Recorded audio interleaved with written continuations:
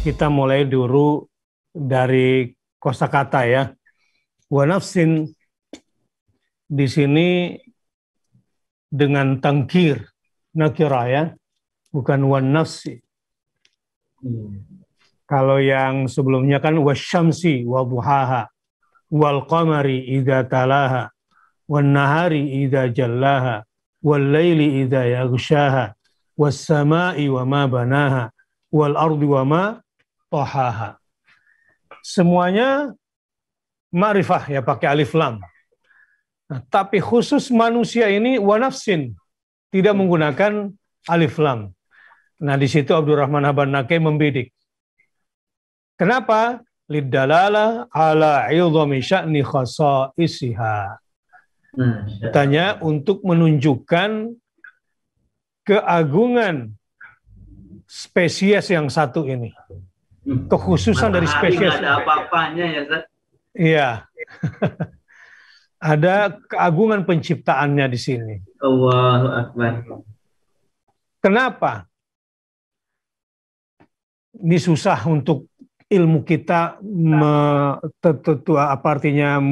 meliputi ilmunya Allah. Tetapi yang kita lihat saja berdasarkan ilmu pengetahuan. Bayangkan bahwa satuan terkecil dari tubuh manusia mengandung manusia seutuhnya, yang bernama sel DNA itu. Bayangkan, satuan terkecil dari diri manusia yang bernama sel DNA itu mengandung keseluruhan tubuh manusia. Allahu Akbar. Dan memang biasanya yang sering diteliti sel DNA manusia itu dari spermanya biasanya. Ini yang paling sering. Tapi terlepas dari itu, bahwa memang inovasi, katakanlah begitu ya, penciptaan manusia yang dilakukan oleh Allah ini sangat berbeda dengan katakanlah makhluk yang istimewa sebelum manusia ada. Apa contohnya? Jin dan malaikat. Jin dan malaikat. Tetapi makhluk yang satu yang bernama manusia yang diciptakan Allah Subhanahu wa taala ini berbeda sekali, terutama dari sisi apanya? Akal berfikirnya itu. Kemudian dari sisi apa lagi? Instingnya, gharizahnya yang berbeda dengan makhluk-makhluk lain. Kemudian dorongan-dorongan jiwanya juga berbeda. Kemudian enak dan tidak enak yang dirasakannya berbeda dengan yang lain dari makhluk-makhluk Allah Subhanahu wa taala. Apalagi yang beda? Angan-angan dan obsesi-obsesinya juga beda. Sehingga betul-betul alam ini menjadi baik atau menjadi rusak gara-gara makhluk yang bernama manusia ini. Kalau makhluk lain ya tinggal menerima efek daripada perbuatan manusia di dunia ini. Kemudian juga agak berbeda perasaan-perasaan manusia yang halus itu. Begitu juga peradaban akhlaknya berbeda lagi dengan yang lain, dengan makhluk yang lain. Dan yang saya kira memang manusia yang diciptakan oleh Allah adalah makhluk yang paling istimewa.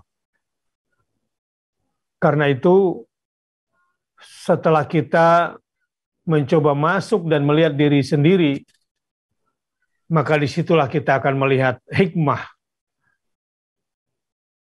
Apa yang Allah inginkan dari penciptaan ini. Manusia dengan semua tingkat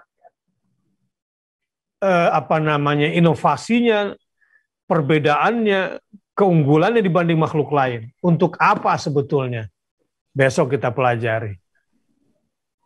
Ya, besok kita pelajari.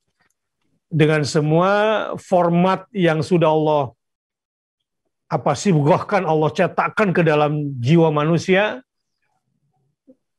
besok kita akan pelajari. Tetapi secara keseluruhan bahwa pada ayat ini kita cuma diminta untuk melihat bahwa wa nafsin wa ma sawwaha. Nafsin dalam bentuk nakirah di sini nggak pakai alif lam, menunjukkan sesuatu yang sangat agung dan berbeda dibanding yang lain. Sekarang wa ma sawwaha, at-taswiyah di sini. Yang menjadi juga kata inti untuk dibahas. At-taswiyah iblagu syai' al-ghayah al-maqdiyah lahu wal maqsudah min sun'ihi. Jadi kira-kira definisi daripada sawwaha, penyempurnaan ciptaan ini adalah agar manusia dengan semua keunikan spesiesnya, manusia ini diciptakan sedemikian rupa agar bisa mencapai tujuan yang paling jauh dari maksud penciptaan ini. Bahwa manusia dengan semua struktur hebatnya ini bukanlah tanpa tujuan, gitu kira-kira. Maksud Allah menciptakan manusia dengan semua inovasinya, dengan semua kelebihan dan kedahsyatannya, ada loh tujuannya. Ada tujuan dari ini semua. Nah itulah kenapa digunakan kata sawwaha, at-taswiyah di sini. Bukan hanya disempurnakan manusia dengan kesempurnaan yang begitu luar biasa, tapi tanpa tujuan. Semua ada maksudnya. Nah, sahabat yang berbahagia, mungkin soal itu kita akan jawab besok kalaupun tidak bisa dipisahkan antara ayat 7 dengan ayat 8. Tapi setidaknya kita pada malam hari ini sampai pada 2 poin saja.